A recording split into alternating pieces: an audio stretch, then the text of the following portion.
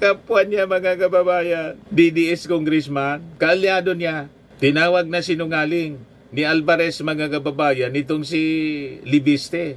Yan kasi nagmamagaling mga kababayan. Ibagito siyang congressman. Yung sinasabi niya na Cabral files na kanyang illegal na kinuha mga kababayan sa opisina ng DPWH by force.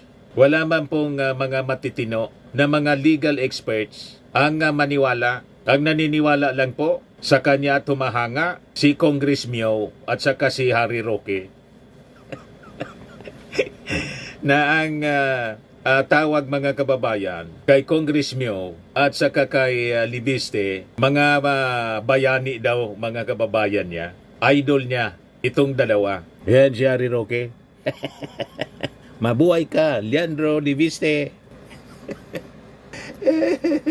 At siyempre si Kiko Barsaga kasi magkakauri sila po.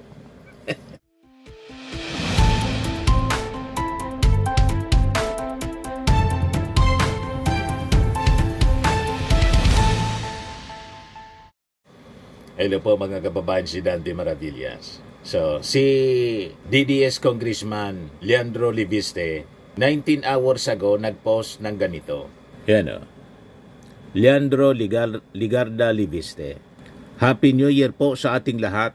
Mas tatahimik muna ako, maliban na lang sa mga bagay na kailangan kong sagutin o nararapat sabihin. Mabuti na rin at may oras para magpahinga. January 26 pa naman ulit ang pasok sa Kongreso. Tatahimik na muna daw siya. Baka sinabihan po ni Loren Ligarda, ang kanyang nanay, huwag ka niyang susubra. Baka niya pagsisihan mo yan. O di ba, mga kababayan? Marami po sa mga expose ni DDS Congressman Leandro Libiste. Sablay.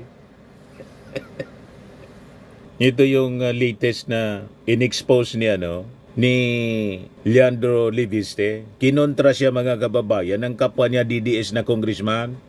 Si Palawan Congressman Alvarez to Libiste. Checks for the house staff salaries, not bonus anya. Yung 2 million pesos. Sabi ni Attorney Wilfredo Garrido, DDS na mambabatas tinawag si Boy Solar na sinungaling.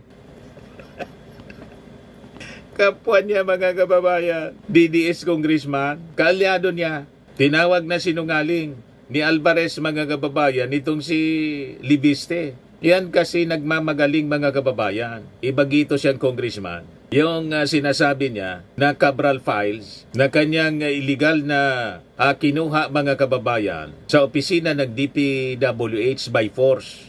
Wala man pong mga matitino na mga legal experts ang maniwala. Ang naniniwala lang po sa kanya tumahanga si Congress Mio at saka si Harry Roque na ang tawag mga kababayan kay Congress Mio at saka kay Libiste, mga bayani daw mga kababayan niya. Idol niya itong dalawa. Yan si Harry Roque. Mabuhay ka, Leandro Libiste. At siyempre si Kiko Barsaga kasi magkakauri sila po. Pero hindi. Lahat ng mga DDS sa Congress, DDS congressman, sumusuporta sa mga pinagsasabi, mga kababayan ni Libiste. Sinupalpal po ni Alvarez. Kaya lang may problema yung ibang mga congressmen. Iba-iba yung mga paliwanag. Kaya siguro we appeal to Speaker Boji D. Bakit hindi ninyo ibalik yung dati pong sistema dyan sa Congress nung panahon ni dating Speaker Martin Romualdez? Yung The Young Guns, regular po yung pagpapapresko nila para linawin ang mga napakahalagang mga issue affecting the job ng ating ng mga congressmen, di ba? Naalala ninyo mga kababayan, very active noon yung mga congressmen, lalo yung Quadcom mga kababayan. Regular sila na nagpapapreskon. Pagkatapos nag-appoint sila ng isang spokesperson, si Attorney abante.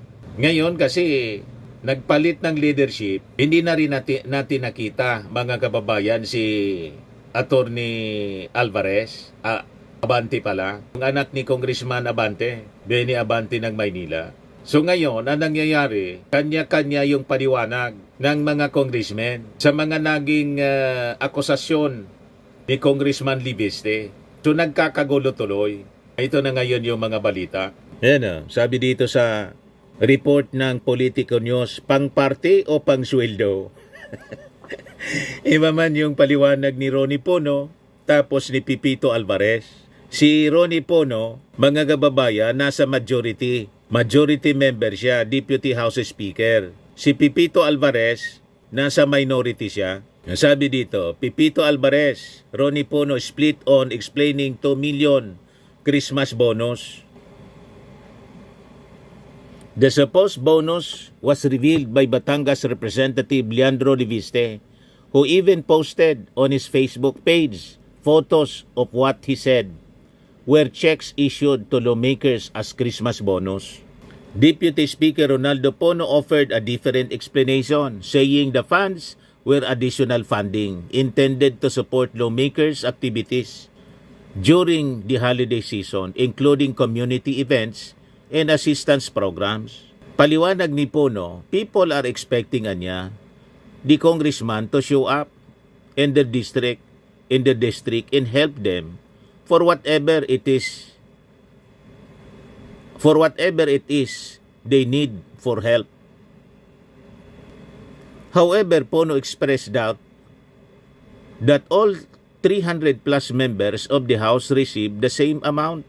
So sabi po ni Congressman Pono, no, I don't think everybody got 2 million and I don't think anybody got higher than 2 million.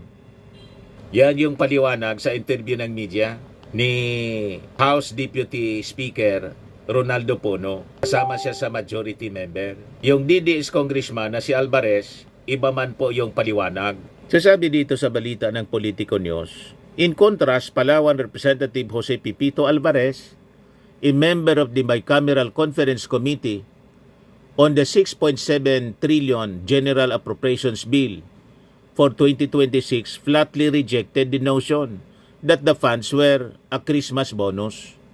So pareho sila, mga kababayan, na nagsabi hindi sa Christmas bonus. Kaya lang yung paliwanag, magkaiba. Alvarez said the checks were part of a regular compensation in maintenance and other operating expenses allocated to lawmakers to fund the operations of the district offices, discover staff salaries, utilities, and basic services for constituents. So yung paliwanag ni Alvarez, parehas ng paliwanag, mga kababayan, ni Laila de Lima at saka po ni Terry Ridon. So sabi ni Alvarez, there is nothing irregular about the checks and issued to Liviste. They are not Christmas bonuses as he alleges. These are lawful, audited, and well-documented disbursements that every member of the House receives to cover the salaries of legislators and to ensure that district offices can function properly and deliver services on the ground, sabi po niya. So may similarity naman po pala yung paliwanag ni Alvarez sa naging paliwanag ni Pono. At pareho din sila ng paliwanag na hindi siya Christmas bonus. Tulad ng claim ni Liviste. Dininay din ito, mga kababayan, ni Laila de Lima sa interview po ng News 5 na incentives po ito. Tulad ng claim, mga kababayan, ni Liviste. Pakinggan natin yung interview, mga kababayan, kay Laila de Lima. Kung ba may nakatanggap po nito, Congresswoman? Wala po akong alam dyan. Na po yan ni Congresswoman Swan Singh. So she's the chair of the Appropriations Committee.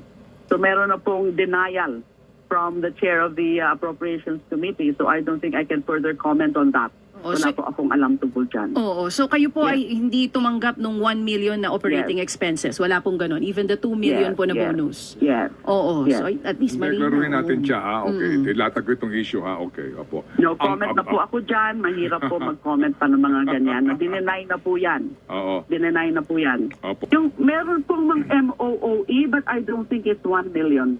Okay. Meron pong mga MOOE. Natural naman ng po yan na may mga MOOE ang mga opisina Opo. over and above the salary. Yes, ma'am. Kasi how can the congressional offices operate? Mm. And then Yeah. we have personnel, we have staff, we have consultants. Mm-mm. Di ho ba? Opo. And then Hindi siya bonus, yun na, on the Christmas part of bonus. the district representatives, Pansweldo there are siya. district offices. Mm. Di ho ba? Opo. So meron din naman mga extra, mga ano, but as to the amount, hindi Si ko Laila po de Lima nasa makukonfirm yan. minority. Hindi ko po alam if it reaches 1 million. But Okay. definitely there are operating expenses. MOOE Mga siya. miscellaneous, etc.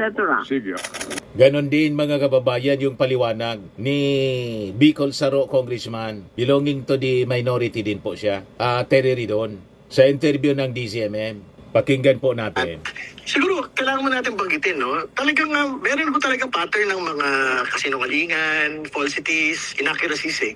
Si Congressman Leviste, at Kasinungalingan isa na daw naman ni po ito, Leviste. doon sa mga halimbawa po noon, ano? Kasi una sa lahat, hindi ko totoo may 2 million na Christmas bonus, no? So, ibig sabihin, meron ho, may mga binigay pong mga kapirahan para sa mga opisina ng mga kongresista, para sa mga aktibidad at mga programa at gawain na ginagawa po ng mga kongresista. So, ibig sabihin, hindi po yan para pirahin o para gamitin sa kapritsyo. Dahil Personal. ang bonus ho ay yung pong 13th month saka 14th month pay lang ho na binibigay ho sa lahat ng mga kawani ng gobyerno. So, ito pong 2 million na sinasabi niya Christmas bonus. Una, hindi po ito Christmas bonus. Pangalawa, hindi po ito ngayon lang nangyari.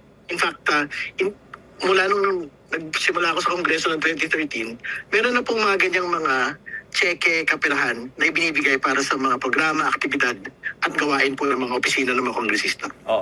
You see, nasunog itong si Libiste sa kakadaldal niya. Kaya ang sabi niya, mananahimik na daw muna siya.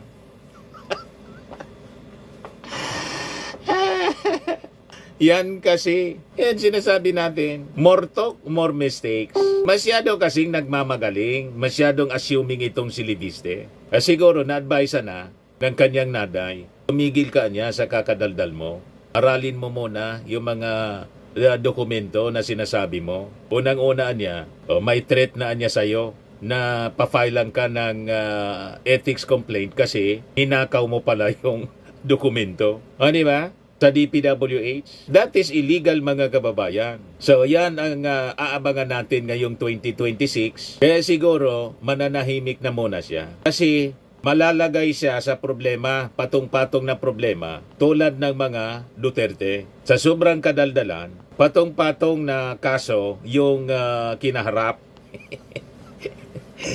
Dahil nga ni magparairo, sabi digdi sa mo sa Bicol, nga ni dahil maramog kiudo.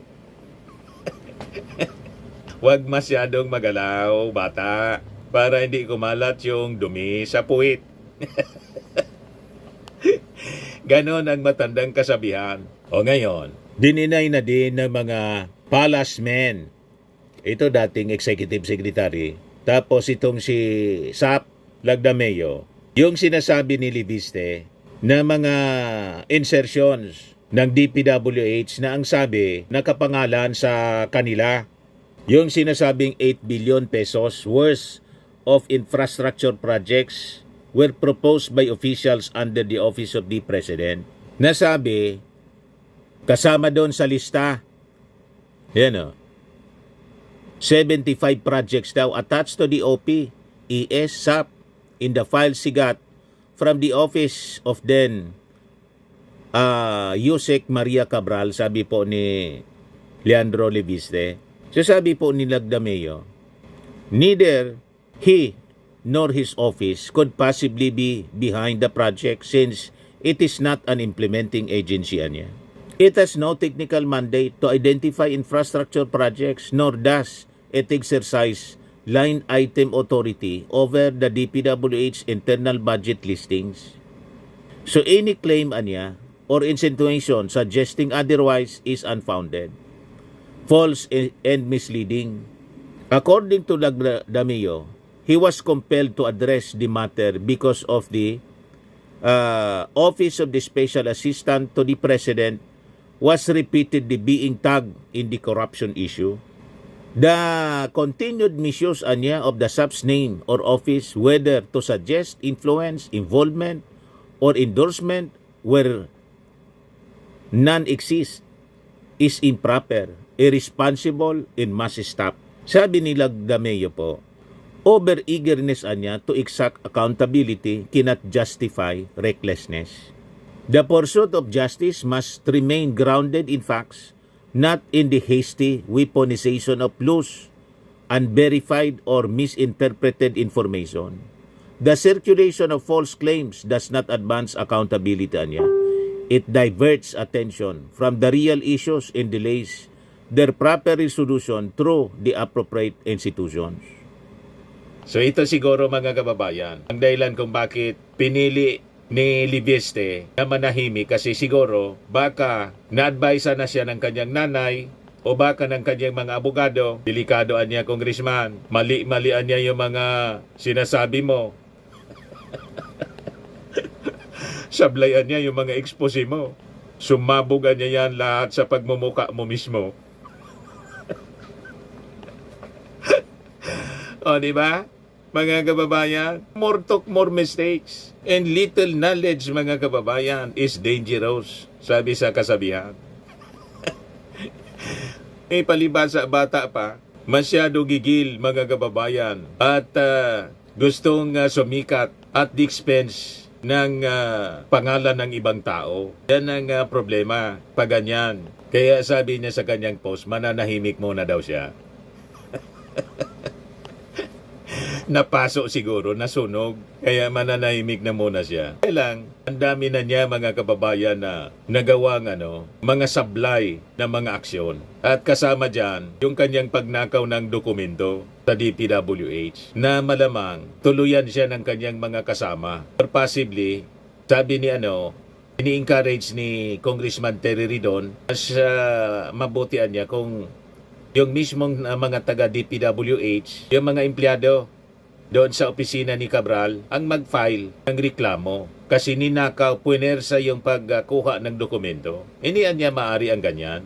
Sabi nga natin, may tamang pamamaraan. Congressman siya, ang dapat ginawa niya, nag-file siyang resolusyon, calling for an investigation, at ipinasamon niya yung mga dokumento. Hindi yung siya mismo yung susugod, pagkatapos, puwersahan niyang kukunin yung mga dokumento. Yun ang mali doon, mga kababayan.